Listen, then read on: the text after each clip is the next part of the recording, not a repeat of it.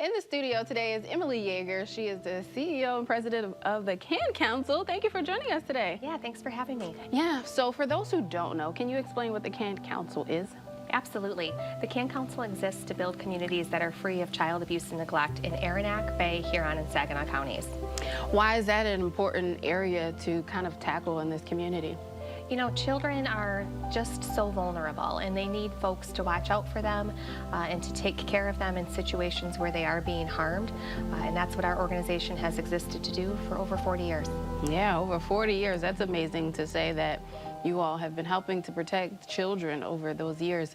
You know, what have you seen in the difference from then till now? We started very small, very grassroots in the 70s with just prevention efforts, really built around increasing awareness of child abuse. And we've grown to incorporate advocacy efforts. So we are the entity in Aranac, Bay, Huron, and Saginaw counties that does the forensic interviews of children who have been abused or neglected, so that Children's Protective Services and law enforcement can follow their paths then to get healing and hope and help for those children.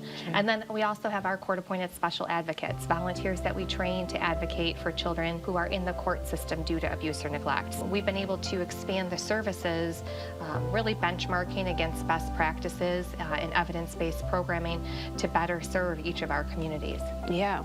Now, it doesn't hurt to always have that refresher of explaining what neglect and abuse is. You want to explain what that is so that people can identify those, what's the word I'm looking for? Indicators. Yeah. Yeah, absolutely. What we encourage people to do is to call Children's Protective Services and make that report of suspected abuse. You do not have to do the investigation yourself. You don't have to have all the details or know for certain it's happening.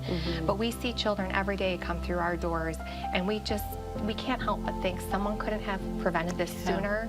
Someone couldn't have called on just a suspicion or an inkling that something's not right and helped this child sooner. Why do you think sometimes people ignore those feelings or those signs or indicators? I think it's second nature for us to not want to stir the pot. Sure. To not get involved. I don't have all the details. Could I be making somebody else's life harder? Could I be doing harm for the child by making this report and stirring a pot that doesn't need stirring? I think also there are some cultural reasons why folks don't report, right? They think that they can handle it within the family unit. You know, whatever the reason is that it's difficult for people to report, I encourage your viewers to reconsider that. Even in situations where it does prove to be nothing, isn't that better news than wondering, is that child in a safe environment or not? Right. Now, how many children are impacted by neglect and abuse right here in our state of Michigan?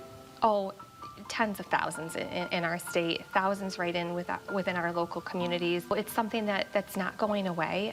You know, so unfortunately, you know, it's a pervasive problem in our society, but there are people, there are entities, organizations, we live to take care of this situation for children. So it's just up to folks to make those reports and put us into play for kids that need us.